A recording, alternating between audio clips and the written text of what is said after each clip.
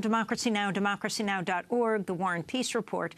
I'm Amy Goodman as we turn to a growing protest in North Dakota where hundreds of Indigenous activists have shut down construction on a multi-billion-dollar pipeline project. The $3.8 billion Dakota Access Pipeline is slated to carry 500,000 barrels of Bakken crude from North Dakota to Illinois.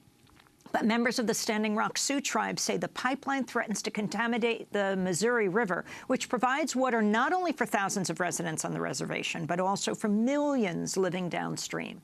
On April 1st, members of the Standing Rock Sioux tribe launched an ongoing protest camp called Sacred Stone. Since late July, when U.S. Army Corps of Engineers approved the pipeline, at least 28 people have been arrested as people have used their bodies and horses to block construction. This is one of the protesters.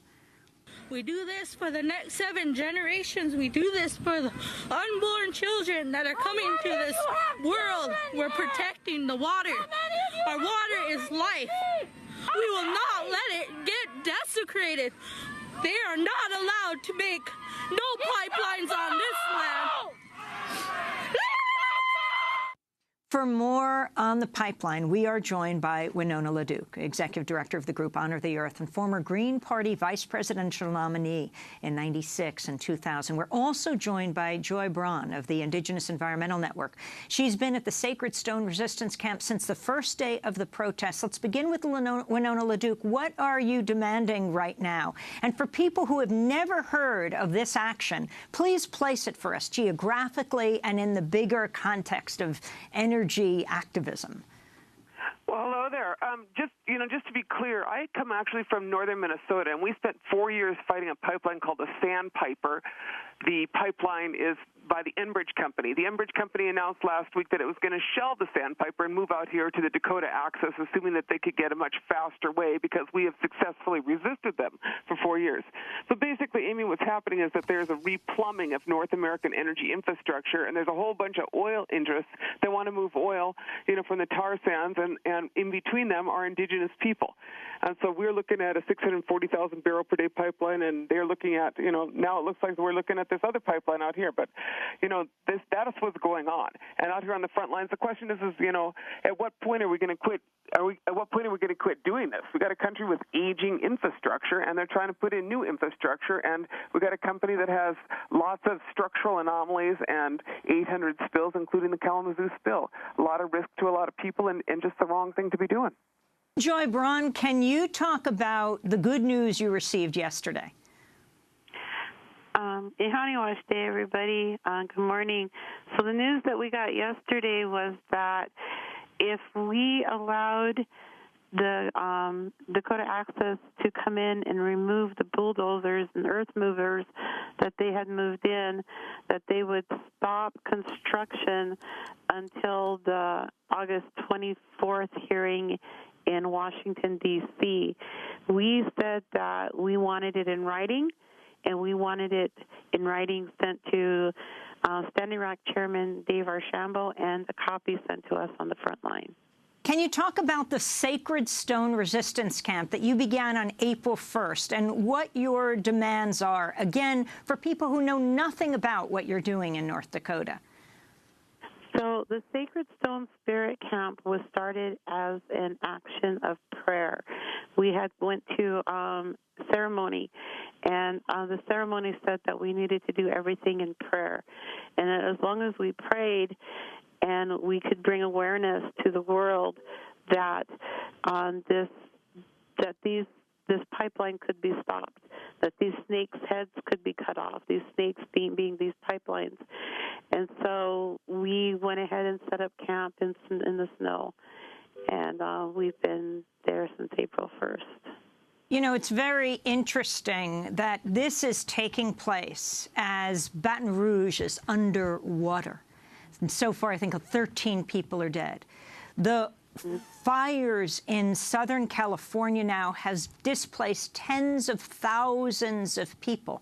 And the country, many parts of it, like in the Northeast, are in a heat dome right now. Winona, I want to tie this into this electoral season, this pivotal 2016 presidential election year. We're joined here in New York by the Green Party presidential candidate, Dr. Jill Stein, as well as her running mate, who occupies the position you did in 1996 and 2000. Talk about where you see your action and whether you have faith in electoral politics now. Well, greetings to you from the Green Party, my fellow Greens out there. You know, what I would say is that the system is crumbling all around us, and it's the end of the fossil fuel era. It's time to move towards an elegant transition. But in the final thrashings of the fossil fuel era, what you have is a lot of extreme behavior going on. You have extreme extraction. You have, you know, tar sands mining. You have blowing up, you know, oil rigs, and you have, you know, endless contamination. And at the same time, you have climate change happening. You know, in our teachings, we talk about this as the time when you got to make a choice between two paths as a country. One path is well-worn and it's scorched. The other is not well-worn and it's green. Not just talking Green Party, I'm saying that there is a path out there of enlightened practice where instead of burning more fossil fuels, we move to renewable energy, we move to local food, we move to more community control, and we move beyond a place where corporations are natural persons under the law. You know, I'm out here on the front lines. I'm out here in North Dakota. I live in northern Minnesota. We've been battling these pipelines for the past 4 years. You know, we have no oil where we are, but we are, you know, they propose to lay us to waste with pipelines to get that oil to you know, to Superior and out to larger markets. So to me, it's a systemic set of questions.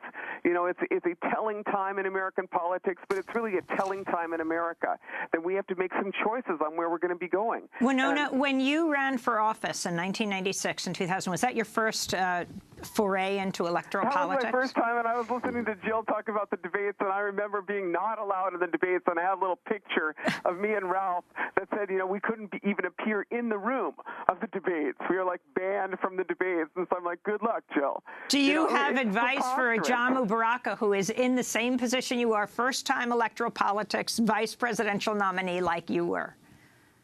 Good luck, buddy. And Ajamu Baraka, I wanted to ask you your assessment of Barack Obama today. He's been a huge failure, disappointment for millions of people. We understand he still has a lot of support, but he had a historic opportunity to take this country in a new direction, and he, because of his ideological orientation, he ended up basically just supporting a continuation of the status quo. We have to move in a new direction. We have to have real racial justice. We have to have real justice for people who are suffering, who feel in their bones that things are bad and will get worse. We have to have hope, real hope this time, organized hope that the people are the only force that can really advance this revolutionary process here in this country. Not any politician, but the people.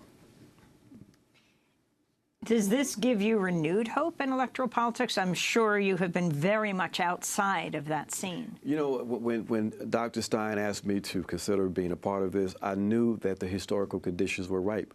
I knew that we had a chance to really use the electoral process to advance people's agenda. I knew that there was going to be a tremendous support for this Green Party push. So it's about electoral process, but it's about building popular power. And when Dr. Stein said the theme of this campaign was about putting power back in the hands of the people, I said, I'm with Jill. Sign me up. We're going to wrap up right now. I want to thank everyone for joining us. Winona LaDuke of Honor the Earth, Joy Braun of the Indigenous Environmental Network, thanks so much for being with us from North Dakota. And I want to thank Dr. Jill Stein, as well as Ajamu Baraka, the presidential and vice presidential nominees of the Green Party. I'll be speaking in Seattle, Washington at the Sheraton Seattle Hotel on Friday night, along with Kshama Savant and Walden Bello. Check our website at democracynow.org. Democracy Now! Is produced by Mike Burke, Carla Wills, Laura Gottesdiener, Nermeen Sheikh, Dina Guzder, Sam Alkoff, Ravi Karen, Hani Masood, Trina Nadura, Andre Lewis. Mayabel Noguera and Paul Huckabee are engineers. I'm Amy Goodman. Thanks for joining us.